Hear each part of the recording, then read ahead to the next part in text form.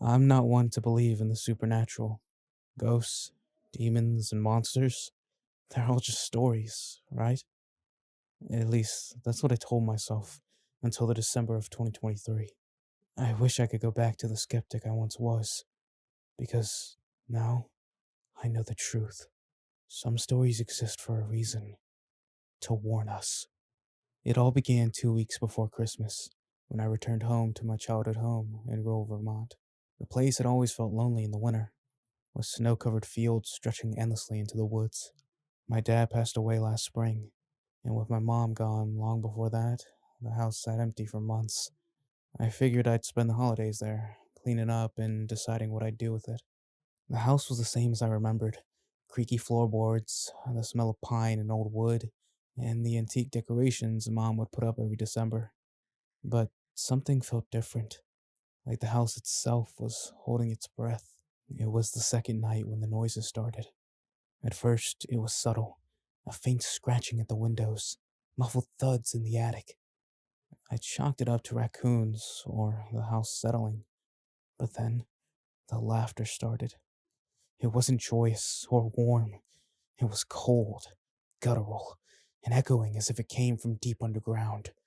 I heard it at around midnight, faint at first, then louder, closer. I grabbed a flashlight and stepped outside, thinking maybe some neighborhood kids were playing a prank. The snow was pristine, untouched, no footprints, no sign of anyone. But the laughter echoed again, louder now, coming from the woods. Hello? I called, my voice shaky. The laughter stopped. The silence that followed was heavier than the night itself. My breath clouded in the freezing air, and I realized how eerily quiet everything had become. No wind, no animals, just the oppressive stillness. I went back inside, locking every door and window. That night, I barely slept. The next morning, I found strange tracks in the snow outside my house. They weren't like anything I'd seen before. Cloven hooves, but massive, each step sinking into the snow as if whatever made them weighed a ton. The tracks circled around the house, stopping beneath my bedroom window. I told myself it was just a deer, but I knew better. Deer don't laugh in the night. Over the next few days, things escalated. The laughter became more frequent, accompanied by the sounds of chains dragging across the floor. I scoured the house, but there was nothing there. Objects began to move on their own. A chair dragged halfway across the living room, ornaments falling from the tree in the middle of the night. I was losing my mind. I turned to the internet, searching for explanations. That's when I came across a thread about Krampus. I had heard the name before, the sinister counterpart to St. Nicholas, a creature that punished the wicked during the Christmas season. Most of the posts were lighthearted, but one stuck out. It described sightings of a tall, horned figure in isolated snowy areas. The author claimed to have survived an encounter, but warned that Krampus didn't just punish the bad. He haunted those who ignored the rules of the season. The rules were simple: show kindness during the holidays, honor family traditions, and never mock the spirit of Christmas. I'd broken every one of them. I hadn't donated a dime or volunteered this year, choosing instead to drown in self-pity over Dad's death. I had left the house a mess, ignored decorating until the last minute, and didn't even bother calling anyone to celebrate with me. Worst of all, I'd laughed at the idea of Christmas magic, muttering, "It's all a scam," as I half-heartedly strung up lights. I tried to dismiss the thread, but I couldn't shake the feeling that I was being watched. That night, the laughter came again, louder and more menacing. I didn't sleep. On December 23rd, I woke to find the footprints again. This time, they led to the barn at the edge of the property. Against my better judgment, I grabbed Dad's old shotgun and a flashlight. I told myself it was just a bear or some other animal, but deep down, I knew. The barn was pitch black, the air thick with the stench of rotting meat. My flashlight flickered as I stepped inside, the beam sweeping over rusted tools and hay-covered floors. Then, I saw him. He stood at least 8 feet tall, his body a twisted amalgamation of man and beast. his horns curled like a ram's, his fur matted and black as coal. Red eyes glowed from a face that was both animalistic and cruelly human. Chains hung from his shoulders, dragging across the ground as he stepped forward. I froze, unable to breathe, unable to think. The shotgun shook in my hands. "John, you've forgotten the spirit of the season," he growled. I fired the gun. The blast lit up the barn, but when the smoke cleared, Krampus was gone. The chains, however, remained, rattling ominously on the floor. I ran back to the house, locking myself in the bedroom. My phone was dead, the lights flickering as the wind howled outside. For the next 24 hours, I was trapped.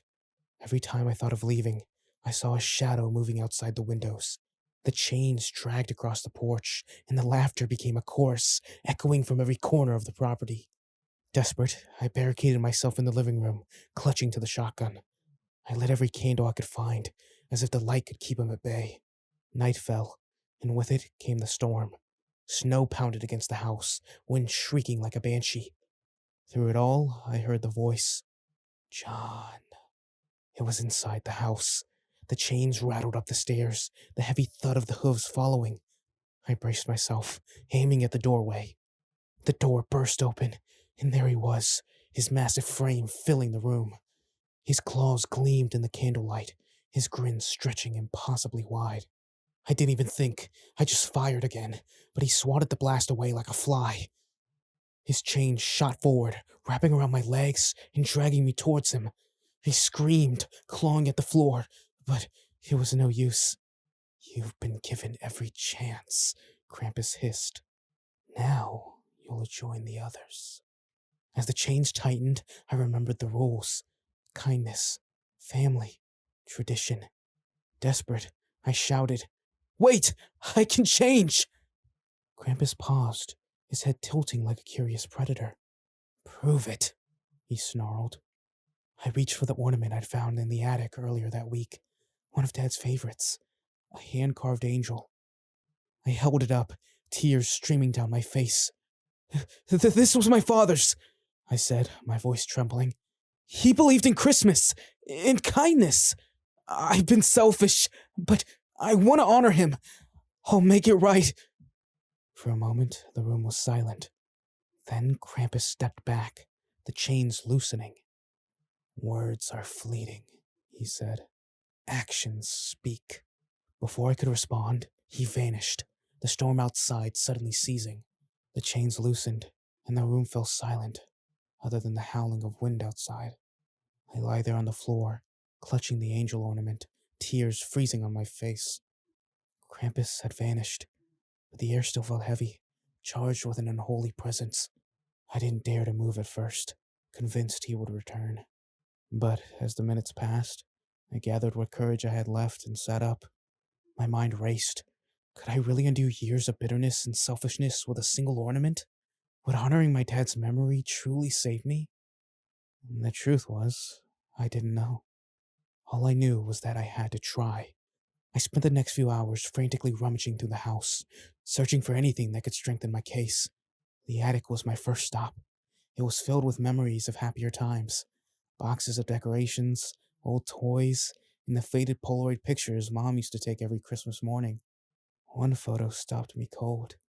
It showed me as a kid, sitting on Dad's lap beside the Christmas tree.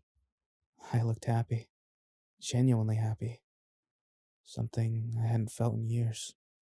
Dad's arm was around me, his face warm and kind. I clutched to the photo tightly, the edges digging into my palms. Somewhere along the way, I'd lost that happiness. I'd lost myself. But I wasn't the only one at risk anymore. If the legends were true, Krampus didn't just take the guilty.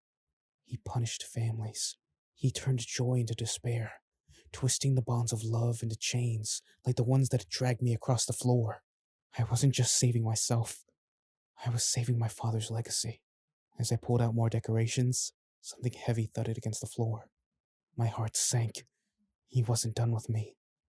The chains rattled again, faint at first, then louder, as if they were wrapping around the house itself. The laughter returned, cruel and mocking, vibrating through the walls. I'm trying, I shouted. I'm trying to fix this! The laughter stopped, replaced by a deep, bone-chilling growl. A voice echoed through the house, shaking the very foundation. Kindness is not a performance. Redemption cannot be rushed. I staggered back, the photo falling from my hands. The walls creaked and groaned, the temperature plummeting. Frost spread across the windows, and I felt a presence behind me. Turning slowly, I saw him again.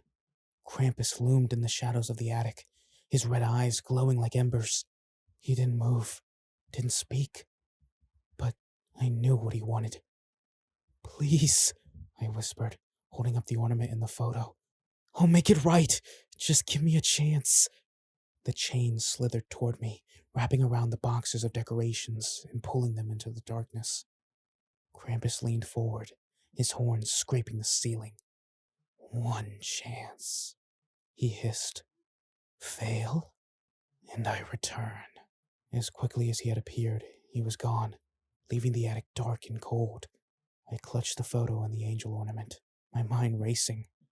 One chance? What did that even mean? I spent the rest of the night decorating the house like I hadn't done in years.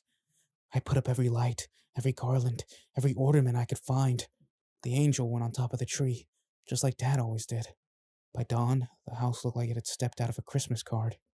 But decorations weren't enough. I needed to honor the spirit of Christmas in a way that mattered. I needed to give back, to embrace kindness and tradition, not just for myself, but for the family I'd shut out for so long. I picked up the phone, hesitating before dialing my sister, Grace. We hadn't spoken much since Dad's funeral. There had been tension between us, arguments about the will, about how to handle the house. When she answered, her voice was groggy. John? It's 7 in the morning. I know, I said, my voice shaking. I wanted to say I'm sorry. For everything. There was a long pause. What's going on?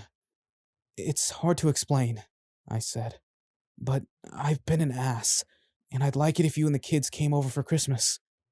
Her hesitation was palpable, but eventually she agreed. By the time Grace and her kids arrived on Christmas Eve, the house was glowing with lights and warmth. For the first time in years, it felt alive again. The kids ran to the tree, their laughter filling the air, while Grace stood in the doorway, her arms closed. This is different, she said, her eyes scanning the decorations. I'm trying, I said simply. Dinner that night was the first real meal I'd shared with anyone in months. We laughed, we told stories about Dad, and for the first time, I felt a weight lifting from my chest. As the kids unwrapped their gifts, I felt regret for the years I'd wasted. But it was more than that. There was a nagging sense that this wasn't over. That night, after everyone had gone to bed, I sat by the fire, staring into the flames. The chains hadn't returned. The laughter hadn't echoed through the house. Maybe I'd done enough. But then, I saw it. Outside, just beyond the edge of the property, a shadow moved between the trees. Red eyes glowed in the darkness, watching, waiting. I stood, my fist clenching. I kept my promise, I said aloud. The shadow didn't move. I've changed, I shouted. For a moment, the only response was silence. Then faintly, I heard the voice again. Redemption is a journey, John. Walk it well. The shadow melted into the night, leaving me alone by the fire. Christmas morning came with a sense of peace I hadn't felt in years. Grace and the kids stayed for breakfast, and as we sat around the table, I realized how much I'd missed having family around.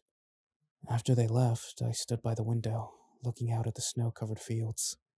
The world felt brighter, fuller, as if the weight of Krampus's presence had lifted. But his warnings lingered in my mind. Redemption wasn't a one-time act. I've kept that promise ever since. Every year, I honor Dad's memory by giving back, by embracing the spirit of kindness and family.